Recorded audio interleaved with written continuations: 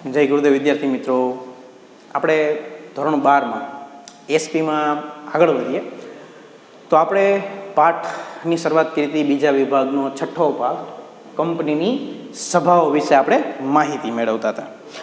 કંપનીની સભાઓની અંદર આપણે શરૂઆત કરી હતી. કંપનીની સભા કોને કહેવાય એની માહિતી મેળવી હતી અને ત્યારબાદ માહિતી મેળવી હતી આપણે કંપનીની સભામાં વપરાતા જે મહત્ત્વના શબ્દો છે, જે આપણે 8 શબ્દો જોવાના છે, એમાંથી આપણે એક શબ્દની માહિતી મેળવી હતી સભાની નોટિસની, જેની અંદર આપણે જોયું હતું કે નોટિસ કોને કહેવાય, નોટિસ તૈયાર કરવાનો હેતુ શું, નોટિસની અંદર કઈ કઈ વિગતો દર્શાવવામાં આવે, નોટિસ આપવા અંગે કોને સત્તા છે, નોટિસ કોને આપી શકાય, કેવી રીતે આપી શકાય, ક્યાં આપી શકાય, અને છેલ્લે આપણે જોયું હતું નોટિસ અંગે સેક્રેટરીની ફરજો. હવે આજે આપણે આગળ વધીએ તો આજે આપણે બીજા શબ્દથી શરૂઆત કરીશું. તો જે શબ્દ આપણે શરૂઆત કરવાનો છે એ છે કાર્યસૂચિ, જેને અંગ્રેજીમાં એજન્ડા તરીકે પણ ઓળખવામાં આવે છે. અને આ બંને શબ્દોનો ઉપયોગ કંપનીની સભાની અંદર થાય છે. ક્યારેક કાર્યસૂચિ વાપરે તો ક્યારેક એજન્ડા વાપરે. તો આપણને ખ્યાલ હોવો જોઈએ કે કાર્યસૂચિ અને એજન્ડા બંને એક જ છે. જો જેવું નામ છે ને એવું જ એનું કામ છે. નામ શું છે? કાર્યસૂચિ. સૂચિ એટલે યાદી, કાર્યની યાદી. તો કાર્યસૂચિ જે છે એની અંદર પણ કાર્યની યાદી જ હોય છે. તો કેવા કાર્યની યાદી હોય? તો કે એવા કાર્યની યાદી કે જે કાર્ય કંપનીની સભાની અંદર હાથ ધરવાના છે, એની ક્રમવાર યાદીને કાર્યસૂચિ તરીકે ઓળખવામાં આવે છે. જો કહે છે એનો અર્થ કે કંપનીની સભામાં જે કાર્યો કરવાના હોય તે કાર્યોની યાદીને કાર્યસૂચિ કહે છે. એટલે કે સભામાં જે કાર્યો હાથ ધરવાના હોય તેનો ક્રમ દર્શાવે છે કે એક પછી એક સભાની અંદર ક્રમમાં આટલા કાર્યો કરવાના છે. તેને સભાના એજન્ડા તરીકે પણ ઓળખવામાં આવે છે. હવે જેવી રીતે આપણે નોટિસના હેતુઓ જોયા હતા, એવી જ રીતે આપણને કાર્યસૂચિના હેતુઓ આપેલા છે કે કાર્યસૂચિ શું કામ તૈયાર કરવામાં આવે. તો સામાન્ય રીતે આપણે નોટિસમાં વાત કરી હતી કે નોટિસની સાથે કાર્યસૂચિ મોકલવામાં આવે, અને આપણને ખ્યાલ છે કે નોટિસ કેટલા દિવસ અગાઉ મળે? તો કે 21 દિવસ અગાઉ. તો અગાઉથી કાર્યની યાદી મોકલવાનો હેતુ શું હોઈ શકે? તો કે સામાન્ય રીતે આપણે વિચારીને તો વ્યક્તિને અગાઉથી જો કયું કામ થવાનું છે, સભાની અંદરની માહિતી હોય તો એના વિશે એ યોગ્ય સમય લઈ વિચારી શકે, એટલે આ કાર્યસૂચિ તૈયાર કરવામાં આવે છે. જો કહે છે કે કંપની તેની જે તે સભાના સભ્યોને નોટિસની સાથે આ કાર્યસૂચિ મોકલે છે, જેથી સભામાં કયા કાર્યો હાથ ધરવાના છે તેની માહિતી સભ્યોને મળે છે. સભ્યો પોતાના અભિપ્રાય અંગે ચર્ચા વિચારણા કરી શકે છે, જેથી સભાની કાર્યવાહી સરળતાથી ક્રમશઃ પૂર્ણ થઈ શકે અને કોઈ મહત્વનું કાર્ય બાકી રહી જતું નથી કે બેવડાતું નથી. જે શું કહેવા માંગે છે કે સભાની અંદર જે કાર્યો હાથ ધરવાના છે એની યાદી જો અગાઉથી સભ્યોને મોકલી આપવામાં આવે તો સભાની જે કાર્યવાહી છે એ સરળતાથી અને ક્રમમાં ચલાવી શકાય. શું કામ ક્રમમાં ચલાવી શકાય અને સરળતાથી ચલાવી શકાય? તો કે દરેક સભ્યને સભાની કાર્યવાહીથી પરિચિત છે, દરેક સભ્યને સભાની કાર્યવાહીની જાણ છે કે કયા કાર્ય પછી કયું કાર્ય થવાનું છે, તો એની અંદર કોઈ અડચણ આવતી નથી અને સરળતાથી આ સભાની કાર્યવાહી ક્રમમાં ચાલે છે અને કોઈ પણ કાર્ય કરવાનું છૂટી જતું નથી કે કોઈ પણ કાર્ય બે વખત થઈ જતું નથી, બેવડાતું નથી, અને સરળતાથી સભાની અંદર આપણે જે કાર્ય કરવાના હોય એ તમામ કાર્યો સરળતાથી હાથ ધરી શકાય છે. આ હેતુથી કાર્યસૂચિ તૈયાર કરી અને અગાઉથી નોટિસની સાથે મોકલી આપવામાં આવે છે. આ આપણે વાત કરી કાર્યસૂચિના હેતુઓની. હવે આપણે વાત કરી કાર્યસૂચિની અંદર તો હવે આપેલું છે એનું મહત્વ, કે કાર્યસૂચિ જે છે એ શું કામ મહત્વની છે. તો જો એના આપણને 3 મુદ્દા આપેલા છે. નંબર 1 કે કાર્યસૂચિ પ્રમાણે કાર્ય હાથ ધરી શકાય, કે કાર્યસૂચિ અગાઉથી જે ક્રમ નક્કી કરેલો છે એ પ્રમાણે સભામાં કાર્ય હાથ ધરી શકાય છે. આ પહેલો ફાયદો, કે સભામાં પછી આપણે વિચારવું નથી પડતું કે શું કામ કરવાનું. શું કામ? કારણ કે અગાઉથી આપણે કાર્યસૂચિ તૈયાર કરેલી છે અને એ જ પ્રમાણે આપણે સભામાં કામ કરીએ છીએ અને સરળતાથી કામ થઈ શકે છે.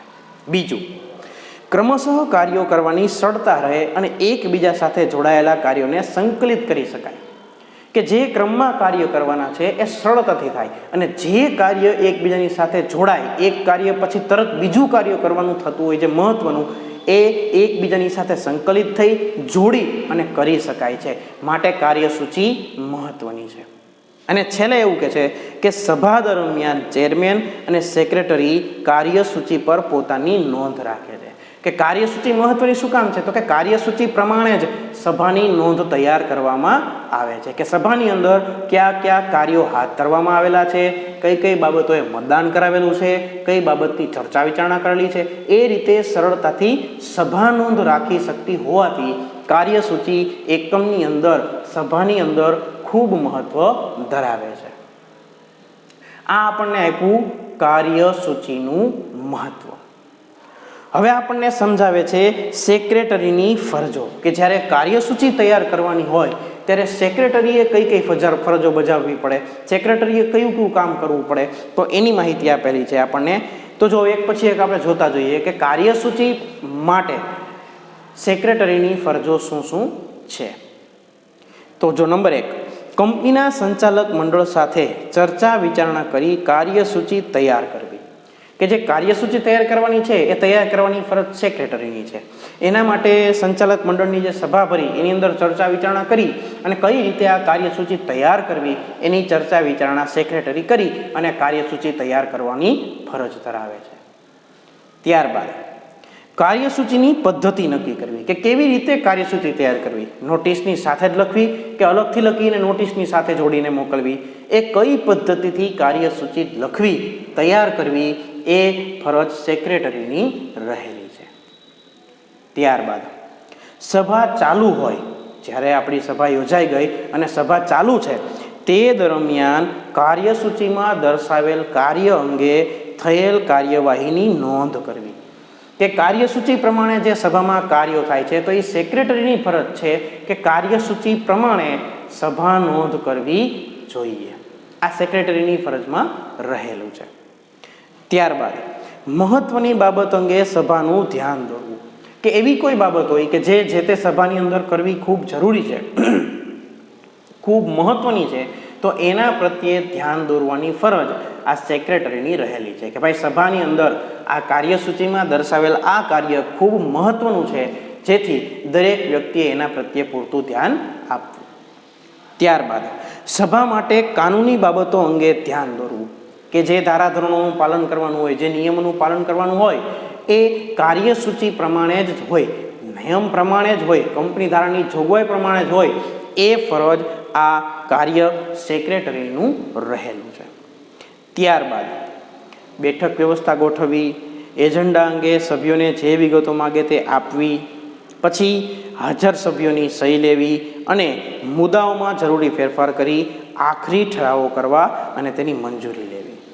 કે કાર્યસૂચિ પ્રમાણે જ બેઠક વ્યવસ્થા કરવાની, કે ભાઈ કઈ જગ્યાએ કયા વ્યક્તિઓને બેસાડવા. પછી એજન્ડા અંગે એટલે કે કાર્યસૂચિ અંગે સભ્યો જે વિગત માગે એ તમામ વિગતો પૂરી પાડવાની ફરજ સેક્રેટરીની છે. એ ઉપરાંત તો કે જેટલા સભ્યો હાજર છે એની સહી લેવાની ફરજ, અને જે મુસદ્દાઓ, જે લખાણ જરૂરી ફેરફાર કરી અને આખરી ઠરાવ કે જે મંજૂર થયેલા છે એની નોંધ કરવાની અને મંજૂરી લેવાની ફરજ સેક્રેટરીની રહેલી છે. અને છેલ્લી ફરજ આપણને આપેલી છે સભ્યોનો આભાર માનવો. આ બધી ફરજ જે છે એ કાર્યસૂચિ માટે સેક્રેટરીની ફરજ રહેલી છે. આમ સભાની અંદર આ કાર્યસૂચિ છે એ પણ ખૂબ મહત્વની બાબત રહેલી છે. કારણ કે જો કાર્યસૂચિ હશે તો સભાનું કાર્યક્રમમાં સરળતાથી કોઈ પણ અડચણ વગર ચાલશે અને જે બાબત માટે સભા ભરેલી હશે એ કાર્ય સરળતાથી કરી શકાશે. માટે જેમ નોટિસ મહત્વની છે એવી જ રીતે કાર્યસૂચિ પણ મહત્વની છે, એજન્ડા પણ મહત્વનો છે. અને આ કાર્યસૂચિની એજન્ડા જે છે એ તૈયાર કરી અને નોટિસની સાથે મોકલવામાં આવે છે, કે જેથી કરી સભ્યો અગાઉથી પરિચિત થાય કે જે આ સભા યોજવામાં આવેલી છે એ શા માટે છે, સભાની અંદર કયા કયા કાર્યો કરવાના છે અને કેવી રીતે કયા ક્રમમાં સભા ચાલવાની છે. આ બધાની માહિતી સભ્યોને અગાઉથી મળી રહે, એ માટે આ કાર્યસૂચિ તૈયાર કરવામાં આવે છે. આ આપણે જોયો બીજો શબ્દ કાર્યસૂચિ એટલે કે એજન્ડા. હવે સભાની અંદર વપરાતો સભા માટેનો ત્રીજો મહત્વનો શબ્દ આવે છે એ છે સભાની ગણસંખ્યા, જેને કોરમ તરીકે ઓળખવામાં આવે છે. હવે આ ગણસંખ્યા જે છે, કોરમ જે છે, એ સભા માટે ખૂબ મહત્વની બાબત છે. કારણ કે જો આપણે આપણી સભાને સારી રીતે પૂરી કરવી હશે, આગળ ધપાવી હશે, સફળ બનાવવી હશે, તો કોરમ એટલે કે આ ગણ સંખ્યા જરૂરી છે. જો શબ્દ જેવી છે ગણ સંખ્યા એટલે લોકોની સંખ્યા, કે સભા જે છે એ કાયદેસરની ગણાય, એના માટે કંપની ધારાની અંદર ઓછામાં ઓછા અમુક સભ્યો હાજર હોવા જોઈએ એવી જોગવાઈ છે. તો જે ઓછામાં ઓછા હાજર સભ્યોની સંખ્યા જે છે એને કોરમ ગણ સંખ્યા અથવા તો કાર્ય સાધક સંખ્યા તરીકે ઓળખવામાં આવે છે. કે સભાની અંદર ઓછામાં ઓછા આટલા વ્યક્તિઓ હાજર હશે તો જ આ સભાને માન્ય ગણવામાં આવશે, સભાની અંદર થયેલા કાર્યને માન્ય ગણવામાં આવશે, નહીં તો માન્ય ગણવામાં આવશે નહીં. એટલે આ કોરમ કાર્ય ગણ સંખ્યા અથવા તો કાર્ય સાધક સંખ્યા આ ખૂબ મહત્વ ધરાવે છે. તો હવે આપણે માહિતી મેળવીએ આ ગણ સંખ્યા વિશે. જો કહે છે કે કંપનીની સભાના કામકાજ માટે ઓછામાં ઓછા અમુક સભ્યોની હાજરી જરૂરી છે. કે સભાનું કામકાજ આગળ ધપાવી શકાય, સભાને માન્ય ગણાવી શકાય, એના માટે ઓછામાં ઓછા અમુક સભ્યો હાજર હોવા જરૂરી છે, જેથી સભાની કામગીરીને કાયદેસર ગણાવી શકાય. કે જો ઓછામાં ઓછા સભ્યો હાજર હશે તો જ સભા કાયદેસરની ગણાશે. તો ઓછામાં ઓછા જે હાજર સભ્યોની સંખ્યા છે એને ગણ સંખ્યા, કાર્યસાધક સંખ્યા કે કોરમ તરીકે ઓળખવામાં આવે છે. જો આપણી રીતે બીજી રીતે બોલવું હોય તો બોલી શકાય કે સભાની કાર્યવાહી કાયદેસરની ગણાય તે માટે ઓછામાં ઓછા હાજર સભ્યોની સંખ્યા એટલે ગણ સંખ્યા, કાર્યસાધક સંખ્યા અથવા તો કોરમ તરીકે ઓળખવામાં આવે છે. કે જો ઓછામાં ઓછા અમુક વ્યક્તિઓ હાજર હશે તો જ સભાની કાર્યવાહી માન્ય ગણાશે, નહીં તો માન્ય ગણાશે નહીં. માટે આ કોરમ જે છે, કાર્યસાધક સંખ્યા જે છે, એ એકમ માટે સભાની અંદર ખૂબ મહત્વની ગણી શકાય. આજના આ કોમ્પ્યુટર અને ઇન્ટરનેટ ટેકનોલોજીના આધુનિક યુગમાં વિડીયો કોન્ફરન્સ કે અન્ય ઓડિયો વિઝ્યુઅલ માધ્યમોથી ડિરેક્ટરોની સભામાં ડિરેક્ટરની હાજરીને કોરમ ગણી લેવામાં આવે છે. જો શું કહેવા માંગે છે કે માનો કે અમુક ડિરેક્ટર, જો આ શેરધારક માટે આ ફેસિલિટી નથી પણ માત્ર સંચાલકની સભા માટે આ ફેસિલિટી છે. કઈ ફેસિલિટી? કે માનો કે સભાની અંદર કોઈ સંચાલક રૂબરૂ આવી શકે તેમ નથી, તો વિડીયો કોન્ફરન્સિંગથી અથવા તો અન્ય કોઈ માધ્યમથી એ સભામાં પોતાની હાજરી આપી શકે અને એની હાજરીને માન્ય ગણી અને કોરમની અંદર ગણતરીમાં લેવામાં આવે છે. પણ આ ફેસિલિટી માત્ર ને માત્ર સંચાલકોની સભા માટે રહેલી છે. કે માનો કે કોઈ સંચાલક રૂબરૂ આવી શકે તેમ નથી, સભામાં રૂબરૂ પોતાની હાજરી આપી શકે તેમ નથી, તો એના માટે આ આજના આધુનિક યુગમાં પોતાની હાજરી આપવા માટે આધુનિક સગવડતાઓ કરી આપવામાં આવેલી છે. આ આપણે માહિતી મેળવી કોરમ ગણ સંખ્યા અથવા તો કાર્ય સાધક સંખ્યા અંગે. અને એમાં હવે તો અત્યારે આ કોરોનાના પીરિયડની અંદર આની માહિતી આપણને બધાને મળી ગઈ છે કે ઓનલાઈન તમે રૂબરૂ ન આવી શકો પણ છતાં તમારી હાજરી ગણી લેવામાં આવે છે. પણ આ સુવિધા માત્ર ને માત્ર સંચાલક મંડળની સભા માટે રહેલી છે. શેરધારકોની સભાની અંદર આ ફેસિલિટી એને આપવામાં આવેલી નથી. હવે આ પાઠનો, આ મુદ્દાનો 2 અને 3 માર્કમાં પૂછાઈ શકે એવો મહત્વનો પ્રશ્ન આવે છે. એ છે કોરમનું મહત્વ, એટલે કે ગણ સંખ્યાનું મહત્વ. આ ગણ સંખ્યાના મહત્વમાં આપણને શું આપેલું છે? તો કે કયા પ્રકારની સભામાં કેટલા ઓછામાં ઓછા સભ્યો હાજર હોવા જોઈએ એની માહિતી છે. અને આ માહિતીની અંદરથી 1 માર્કના પણ પ્રશ્નો પૂછાય છે. તો જોઈએ કે એનું મહત્વ શું દર્શાવેલું છે.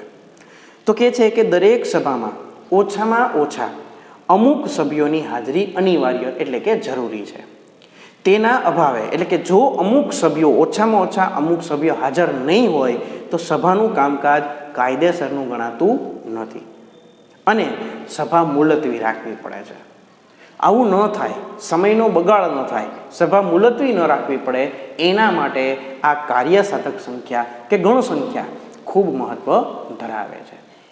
તો હવે આપણે એની માહિતી મેળવીએ. તો જો પહેલી માહિતી કહે છે કે કેટલા સભ્યો હાજર હોવા જોઈએ, જેમાંથી એક માર્કના પણ પ્રશ્નો પૂછાય છે નાના નાના, કે જાહેર કંપનીની બાબતમાં માનો કે તમારી કંપની જાહેર છે, તો જો તમારી કંપનીમાં શેર હોલ્ડરોની સંખ્યા 1000 સુધી હોય તો 5 સભ્યો ઓછામાં ઓછા હાજર હોવા જોઈએ, આ કોરમ. પછી માનો કે તમારી કંપની જાહેર છે અને તમારી જાહેર કંપનીમાં શેર ધારકો શેર હોલ્ડરની સંખ્યા 1001 થી 5000 સુધી છે, ત્યારે કોરમ એટલે કે ઓછામાં ઓછા 15 સભ્યો હાજર હોવા જોઈએ. અને માનો કે તમારી કંપની જાહેર છે અને તમારી કંપનીની અંદર 5001 થી વધુ સભ્ય છે, 5001 અથવા તો તેનાથી વધુ સભ્ય છે, તો 30 સભ્યો હાજર હોય તો એને ગણ સંખ્યા તરીકે ઓળખી અને સભાની કાર્યવાહી માન્ય ગણવામાં આવે છે. જો આ ત્રણેય બાબત જાહેર કંપની માટે જ હતી, પણ માત્ર આપણને શેર હોલ્ડરની સંખ્યા પ્રમાણે કીધું કે જો તમારી કંપનીમાં 1000 સુધી શેર હોલ્ડર હોય તો 5 લોકો, 1001 અથવા તો 1001 થી 5000 હોય તો 15 સભ્યો, અને 5001 અથવા તો 5001 થી વધુ હોય તો 30 સભ્યોને કોરમ તરીકે ગણ સંખ્યા તરીકે ગણવામાં આવે છે. આ પહેલું બાબત. બીજું, ખાનગી કંપનીની બાબતમાં વ્યક્તિગત રીતે હાજર રહેલા 2 સભ્યોને ગણ સંખ્યા તરીકે માની લેવામાં આવે છે. એટલે માનો કે હવે તમારી કંપની ખાનગી છે તો ઓછામાં ઓછા 2 વ્યક્તિ હાજર હોવા જોઈએ, જેને કોરમ તરીકે ગણી અને સભાની કાર્યવાહી આગળ ધપાવવામાં આવે છે. ત્યારબાદ મોકૂફ રખાયેલ સભા. હવે જો આ બાબત આવે છે, આમાં જો આપણે શરૂઆતમાં વાત કરી લઈએ કે મોકૂફ રખાયેલ સભા એટલે શું. તો માનો કે અત્યારે આપણે કંપનીની સભા યોજેલી છે, આપણને ખ્યાલ છે કે કોરમ ગણ સંખ્યાનો નિયમ છે કે ઓછામાં ઓછા અમુક સભ્યો હાજર ન હોય તો સભા માન્ય ગણાતી નથી. માનો કે આજે આપણે સભા ભરી, પણ આજે આપણી સભા માટે જે જરૂરી સભ્યોની હાજરી છે એ ન થઈ, એટલે કે ગણ સંખ્યા પૂરી ન થઈ, તો શું કરવાનું? સભાની કાર્યવાહી મોકૂફ રાખવાની કે ભાઈ અત્યારે આ સભા ભરાશે નહીં. અને પછી સભાપતિ જ્યારે બીજી વખત સભા યોજે ત્યારનો આ ત્રીજો મુદ્દો લાગુ પડે છે કે જે આપણે શરૂઆતમાં સભા મોકૂફ રાખી હતી અને બીજી વખત યોજી, ત્યારે શું ધ્યાનમાં લેવાનું? તો જો કહે છે કે મોકૂફ રખાયેલ સભા જ્યારે મળે ત્યારે નિયત સમયથી, જે સમય આપણે સભા ચાલુ થવાનો લખેલો હોય તે સમયથી 30 મિનિટમાં કાર્યસાધક સંખ્યા ન થાય, એટલે કે બીજી વખતે આપણે સભા ભરી અને સભાનો સમય થઈ ગયો ત્યારથી 30 મિનિટ સુધી પણ જો કોરમ ગણ સંખ્યા કાર્યસાધક સંખ્યા ન થાય તો બીજી વખતે શું કરવાનું? તો હાજર રહેલા સભ્યોની સંખ્યાને જ કાર્યસાધક સંખ્યા ગણી લેવામાં આવે છે. કે ત્યારે પછી આ 5 વારો અને 15 વારો નિયમ લાગુ પડતો નથી, પણ ક્યારે? બીજી વખતે સભા યોજેલી હોય ત્યારે. પહેલી વખતે મોકૂફ રાખી અને બીજી વખતે જ્યારે સભા યોજી અને ત્યારે પણ જો કોરમ હાજર નથી તો 30 મિનિટ રાહ જોવાની, અને 30 મિનિટ પૂરી થઈ ગયા પછી જેટલા સભ્યો હાજર હશે એને ગણ સંખ્યા તરીકે માની અને સભાની કાર્યવાહી આગળ ધપાવવામાં આવશે, આગળ હાથ ધરવામાં આવશે. અને છેલ્લે એવું કહે છે કે એક જ વ્યક્તિની કંપનીના સંદર્ભમાં ઉપરની કોઈ જોગવાઈ લાગુ પડતી નથી, કારણ કે એક જ વ્યક્તિની કંપની છે તો એમાં ગણ સંખ્યા જેવું કાંઈ હોય નહીં, એક પોતે હાજર હોય એટલે ઘણું. પણ આવી રીતે ગણ સંખ્યા જે છે એ સભા માટે સૌથી મહત્વની બાબત ગણી લેવામાં આવે છે કે જો ગણ સંખ્યા જેટલા સભ્યો હાજર નહીં હોય તો સભા આગળ નહીં વધારી શકાય અને સભા મુલતવી રાખવી પડશે અને સભાની જે કાર્યવાહી છે એ માન્ય ગણવામાં આવશે નહીં. આવું ન બને માટે આ ગણ સંખ્યા ખૂબ મહત્વની રહેલી છે. આ આપણે માહિતી મેળવી ત્રીજા મહત્વના શબ્દની, એ છે ગણ સંખ્યા અથવા તો કાર્યસાધક સંખ્યા અથવા તો કોરમ, કે જે સભાની અંદર હાજર સભ્યોની સંખ્યા વિશે માહિતી આપે છે. હવે ચોથો શબ્દ આવે છે સભાપતિ અથવા તો ચેરમેન. હવે આ સભાપતિ અથવા તો ચેરમેન છે, એના નામ પરથી જ ખ્યાલ આવી જાય કે સભા માટે ખૂબ મહત્વનો વ્યક્તિ છે કે જેના વગર સભા માન્ય ગણી શકાય એમ ન હોય. તો જે એના અર્થમાં કહે છે કે કંપનીની સભાની કાર્યવાહી ચલાવવા માટે સભ્યો દ્વારા જે વ્યક્તિની પસંદગી કરવામાં આવે તે વ્યક્તિ ચેરમેન તરીકે ઓળખાય છે.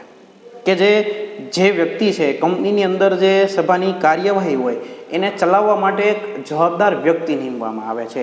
તો જે વ્યક્તિની પસંદગી કરવામાં આવે, જે સભ્યો છે ને પસંદ કરે ને, એવું નથી કે કોઈ ચોક્કસ વ્યક્તિ જોઈએ, પણ મોટે ભાગે સંચાલકોમાંથી એક વ્યક્તિને નીમવામાં આવે છે જે સભાપતિ એટલે કે ચેરમેન તરીકે ઓળખાય છે.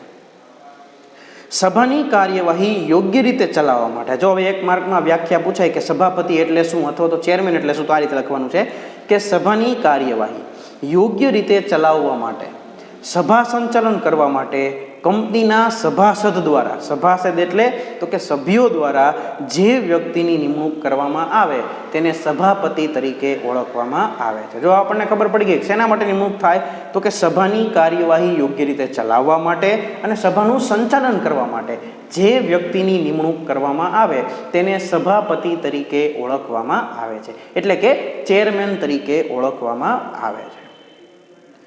ચેરમેનની પસંદગીની વિશે આપણે સમજૂતી મેળવીએ તો થોડી ઘણી માહિતી આપેલી છે કે સભાની કાર્યવાહી અને કામકાજ વ્યવસ્થિત રીતે શાંત વાતાવરણમાં ચલાવવા માટે કંપની સભાના વડા તરીકે જે વ્યક્તિને નિમે તેને સભાના ચેરમેન અથવા તો સભાપતિ તરીકે ઓળખવામાં આવે છે.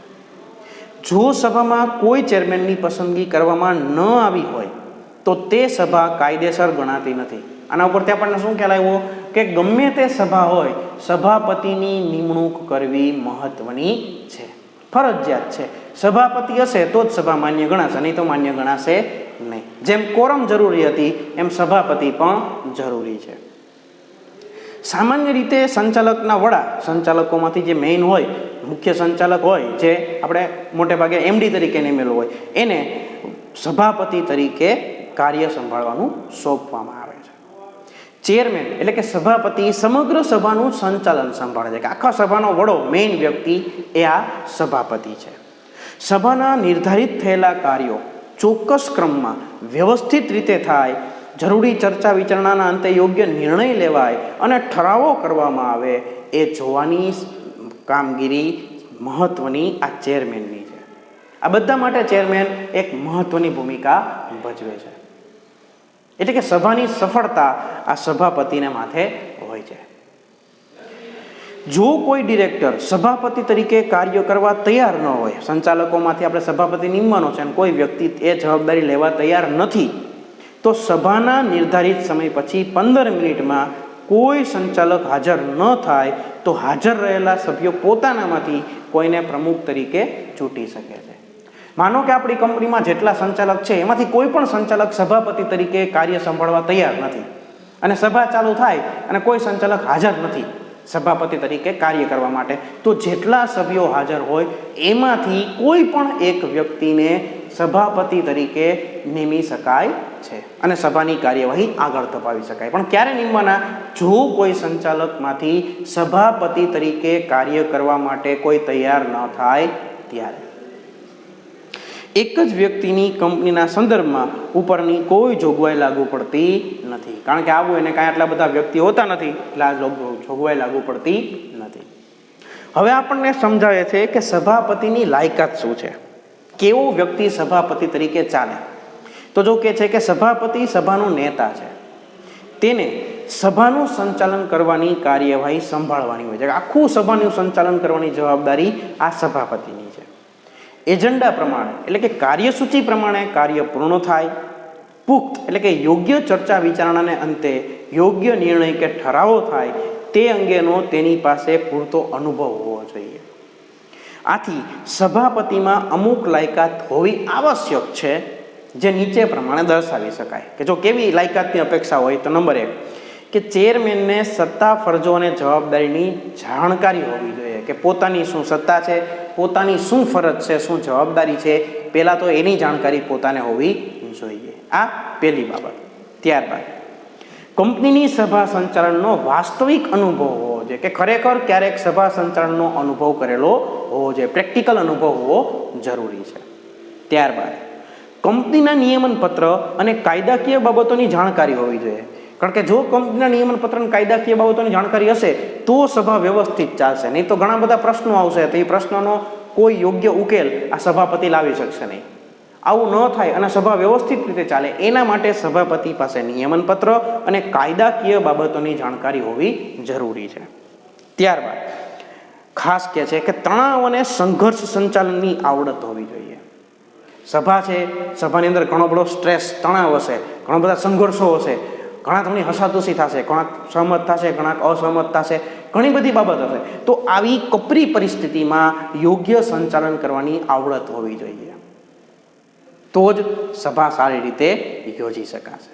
ત્યારબાદ પ્રતિભાશાળી વ્યક્તિત્વ હોવું જોઈએ કે જેથી બીજા એને સભાપતિ છે એવું માને.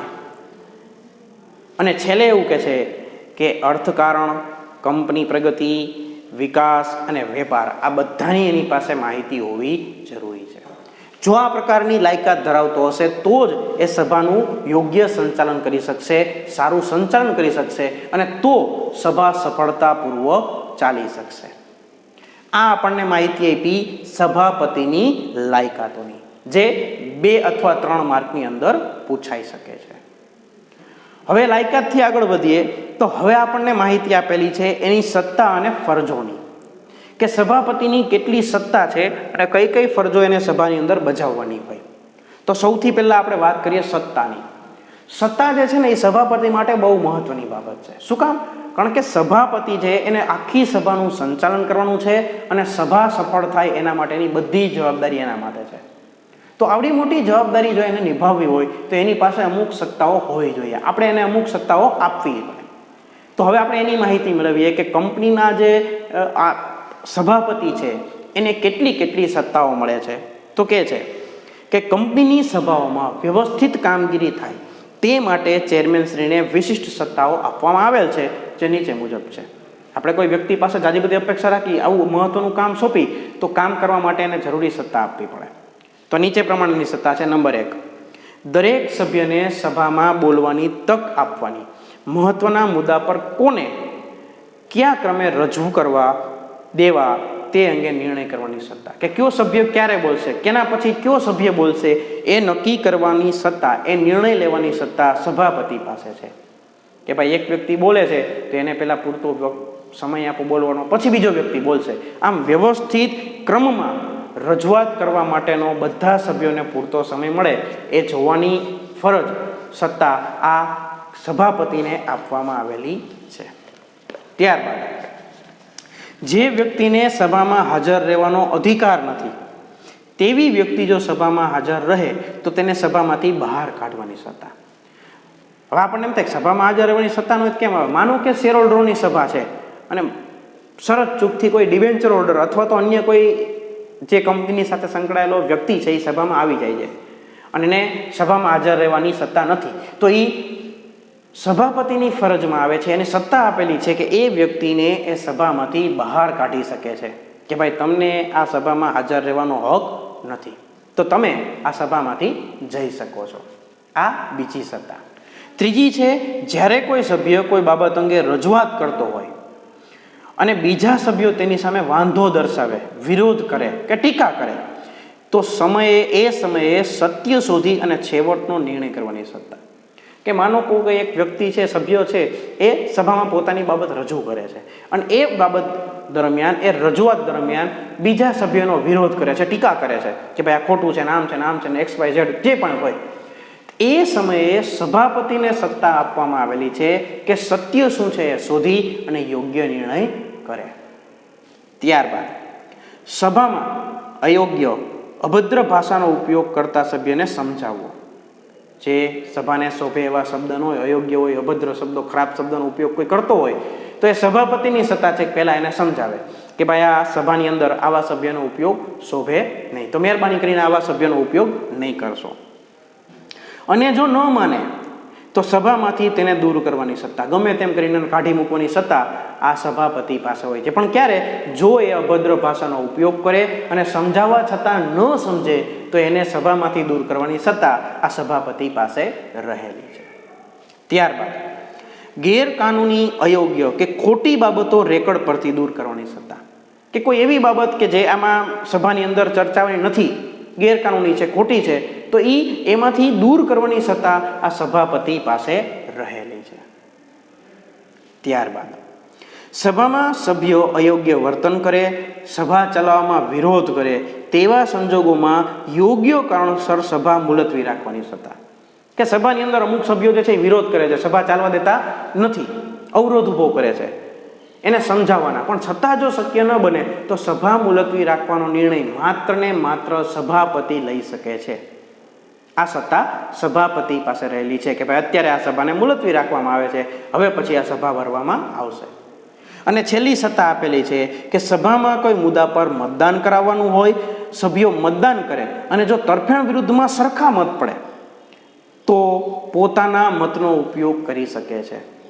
માનો કે કોઈ એક વસ્તુ આપણે મંજૂર કરાવવાની છે અને સભ્યોએ મતદાન કર્યું અને શું થયું, ટાઈ થઈ, બંને તરફ સરખા મતદાન પડ્યા, તો સભાપતિ છે આ પોતાનો નિર્ણાયક મત આપી અને યોગ્ય નિર્ણય કરી શકે છે. આ બધી સત્તાઓ સભાપતિને સભાની સફળતા માટે આપવામાં આવે છે કે જેથી સભાની કાર્યવાહી સારી રીતે ચલાવી શકાય. આ આપણે માહિતી મેળવી સભાપતિની સત્તાઓની, જે પણ 2 અને 3 માર્કની અંદર પૂછાઈ શકે એવો પ્રશ્ન કહેવાય. અને સભાપતિની અંદર છેલ્લો મુદ્દો આવે છે, એ છે સભાપતિની ફરજો, કે કઈ કઈ ફરજો એને બજાવવાની હોય. તો કે છે કે સભા સંચાલન યોગ્ય અને સુચારુ એટલે કે સારી રીતે થાય તે માટે નીચેની ફરજો છે. નંબર 1 કે સભાની કાર્યવાહી શાંત વાતાવરણમાં સારી રીતે ચાલે છે કે કેમ તે જોવાની ફરજ. કે સૌથી પહેલી ફરજ તો સભાનું કામકાજ છે ને શાંત વાતાવરણમાં ચાલવું જોઈએ, કોઈ ઝઘડા કોઈ વાદ વિવાદ ઊભો થવો જોઈએ નહીં, આ જોવાની ફરજ સભાપતિની છે.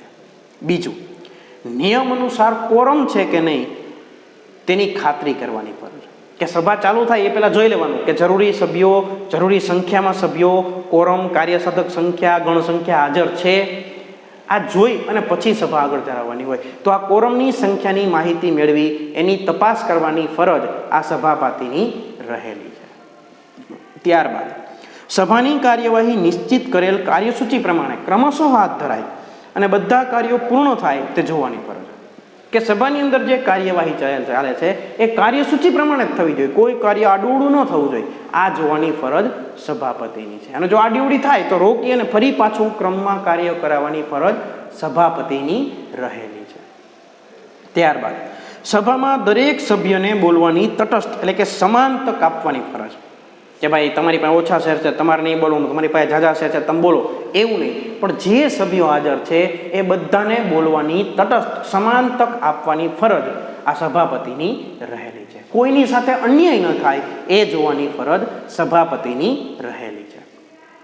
ત્યારબાદ સભામાં લઘુમતી સભ્યોનો અભિપ્રાય ધ્યાનમાં લેવો. લઘુમતી સભ્યો એટલે શું, તો કે ભાઈ જ્ઞાતિની દ્રષ્ટિએ નહીં, પણ જેની પાસે ઓછા શેર છે, જો એવા સભ્યો હાજર હોય તો એના અભિપ્રાયને પણ ધ્યાનમાં લેવાની ફરજ સભાપતિની છે. એને અવગણવાનું નહીં, ભાઈ તમે તો નાના શેર હોલ્ડર છો, તમારો મત શું લે, ના એવું નહીં, પણ જો કોઈ એવો સભ્ય હાજર હોય તો એના મતને પણ, એના અભિપ્રાયને પણ ધ્યાનમાં લેવાની ફરજ આ સભાપતિની રહેલી છે.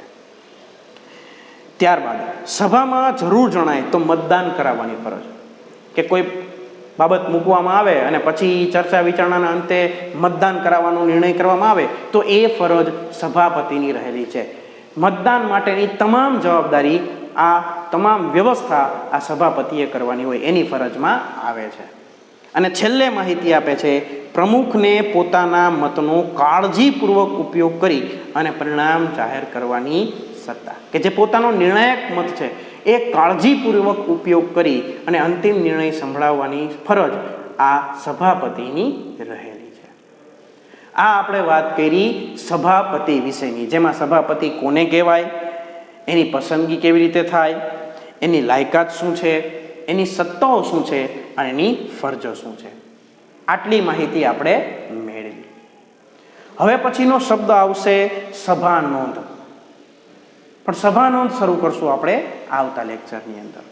અત્યારે આપણે વાત કરીએ આજના હોમવર્કની. તો આજે આપણે 3 શબ્દો જોયા છે, કાર્યસૂચિ, ગણ સંખ્યા અને સભાપતિ. આ બધા એક વખત ઝીણવટપૂર્વક વાંચી નાખવાના. અને જો લખવાની વાત કરી તો કાર્યસૂચિ, ગણ સંખ્યા અને સભાપતિમાંથી તમારે લખવાનું થશે ગણ સંખ્યાનું મહત્વ અને સભાપતિની સત્તા અને ફરજો.